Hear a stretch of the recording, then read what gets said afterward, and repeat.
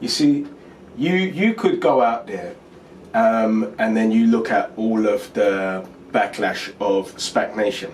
See, I say these things are merely tools. You can use them virtuously or unvirtuously.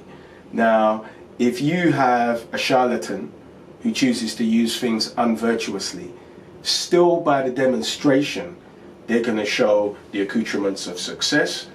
You know, if I got a bust down rose gold AP, young people understand. I might be wearing 25, 30 quid on my wrist. Now, the chain reaction, there's something there that can take me from road. But you see, if you are attracting people off the back of the froth on the cappuccino with no substance, then the ways don't necessarily need to change that much. The cameraman's shaking his head. My young cameraman, he's just in his early 20s, just past 20, and he's shaking his head as you're speaking there. Yeah. So in regards to appealing to self-preservation, and the young man in the room he's in agreement with you for the listeners at home. But yeah, carry on, my brother. That's interesting. It's interesting.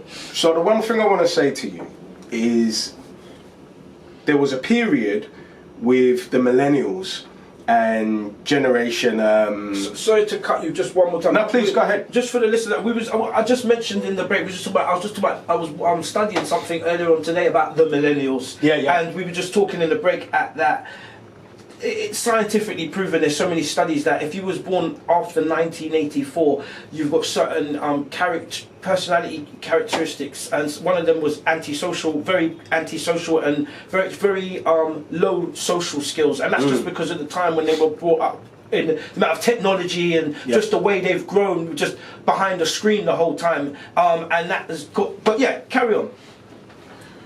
So there was actually a design to dumb down the minds of young people. Right. So if you look at an X Factor, it's not that that was Simon Cowell's design, but there was an opportunity to take advantage of because there's particular funding out there for this agenda. Now, the dumbing down of a mind results in a lot of things. If you can't engage in critical analysis as a critical thinker, then you're passive in society. You're not a threat. Now, if you think about 67 million population, we're not looking at you as adults. The design is to pattern up your children. Now, when you pattern up children, you have a number of things within an ecosystem. So if we want to get rid of cash, for instance, your Oyster, you tap in. Your debit cards, you tap in. There's no longer a desire for cash. Now, cash actually represents freedom, because it's a free economy, which is only a tool which can be of benefit to an illicit market or a virtuous market, because there are negotiations to be had in the instant gratification of handing off cash, which doesn't necessarily register on a taxman's balance sheet. However, we understand the economy of cash, and there's a particular freedom in that. Now, I don't even need to sell you anything if I get you used to the antithesis of that, which is all recorded. So now I know how you eat, sleep, defecate, where you make love, where you do this. I can track you completely. So there is an ecosystem that was created for young people. Now within that, and we get back to the dumbing down component, which is to erase critical thinking. A critical thinker can go right when you want them to go left, but the left doesn't necessarily serve their objectives. Yep. Now, we look at the situation that we have in our community, especially with young African Caribbean men, and the lack of virtue that is being championed. Now, I mentioned these are tools and skill sets. So if you have someone who chooses to demonstrate and then use it for nefarious purpose, don't throw out the baby with the bathwater. Don't say, well, now everyone who... Intelligent people who are nefarious know how to use these tools. I mentioned demonstration for a reason. Don't listen to what a man says. Watch what he does. When you watch what a man does, it's before your eyes. Now, this is why I talk about the amount of places that me and my brothers find ourselves, where there are 0 degrees of separation between men who do things in Londinium, and even further afield as Manchester and Birmingham. We understand we're of a similar ilk. We understand we have a similar purpose with different skill sets using different tools to reach one objective. How do we get young men in particular who've created their own ecosystem, which isn't necessarily virtuous? They created their own village, and that's what I call Lord of the Flies, which is when you're in your bestial stage, and we've all been through that, but we got to live to see the other end of the tunnel. Now, if you want to be the antithesis of that, and you want to draw them in, it's not talking, it's demonstrating. And that's how we came up with the Road CEO. The Road CEO program is to deliver business acumen, because if you have the soft skills and the hard skills to generate income for yourself, and you understand how to work as a CEO, that you can even put sweat equity together. So right now I have nothing and no money whatsoever, but I can ply my trade. I go and I recognize 5 brothers and sisters of a similar ilk who desire to have a similar outcome. And we just create nonsense out of thin air, which is a pie that we divide between 5. We all own 20% of one company, and now we have different roles to create an entity, which is a service or product that we can monetize. So that's absolutely amazing. And the thing, what I'm just a bit curious, I'm a bit cautious that everything you're saying, I'm lapping up. Yeah, it's like you're giving the cat cream today. But I'm also just a little bit concerned that we might need to just break it down for some of the listeners, that it might be going over their head a little bit. You know, just simplify it so it's palatable for them as well. So I mean, Road CEO. Yes. Just tell us in a little bit detail how that really the mechanics of that and how that works.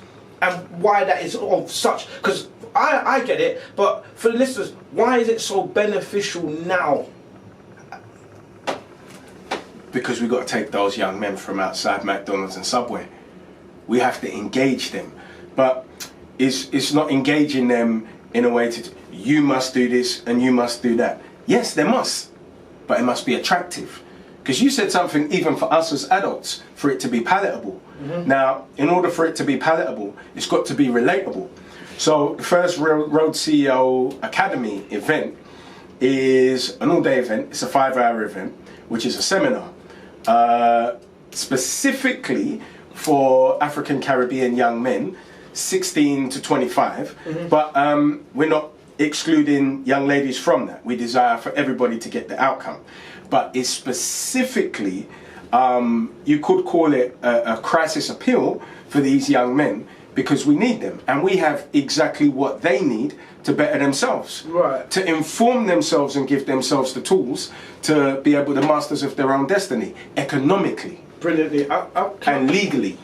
And we talk about being the master of these youngsters, encouraging them and giving them the tools they need to be the masters of their own destiny. I've put out, I've done this talk twice. I've done it at, shout out to shout out to Ida, who puts on the knife crime and youth violence awareness events, and I spoke at one in November. And I've done this little piece a few times, but I talk about, and I spoke to the young men in the room, and there was a lot of young men in the room that could be influenced by gangs and drug dealing and county lines and that kind of stuff. And I said to all the young men in the room, I said, if any of you here are, and don't shoot the messenger, because when I say this, a lot of people go, oh, you can't say that. But I said to the young men in the room, I said, if any of you are drug dealers, do not look at yourself as a drug dealer. 100%. Do not call yourself a drug dealer. You must always refer to and look at yourself as a businessman. Now, I'm going to say this clearly. It's a disclaimer. I'm not encouraging or promoting the sale of drugs.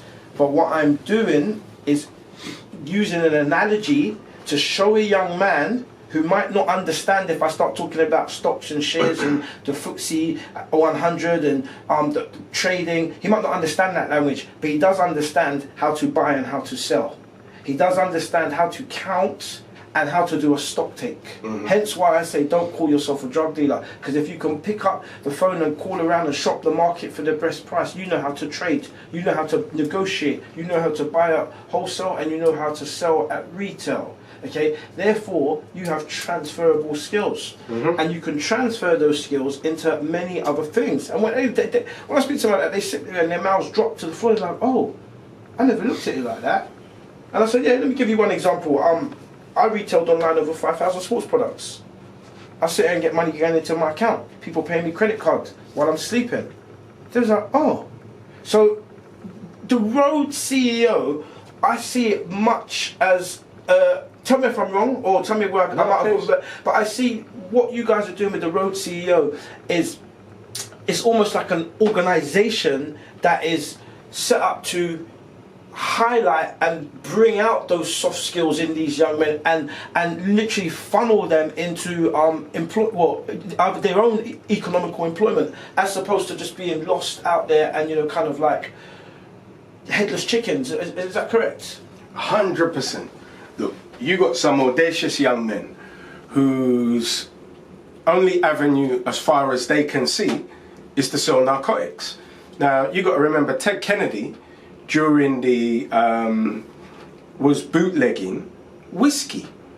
Now, he built such an economy that he decided he was going to educate his sons to go into politics, and then once they open the doors, you are going to legitimize that money and you're going to make the family name great.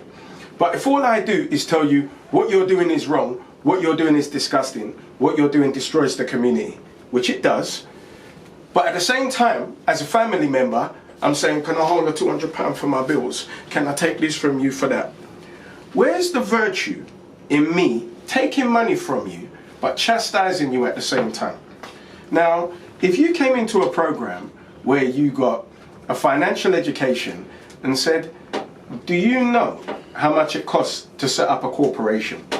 Do you know how, again, you can make a passive income based on your expertise?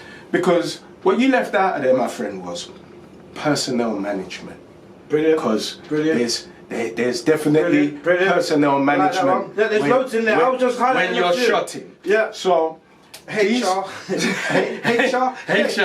know how to give P45s. So all you are doing is creating a paradigm shift and giving a universal understanding of what business is. One of my favourite words, paradigm shift. Teach my brother. Brilliant, brilliant, brilliant. And then you're going to give an overview of different industries. Now, if you're a shotter, you may not even be the entrepreneur on the ground. You may be the venture capitalist.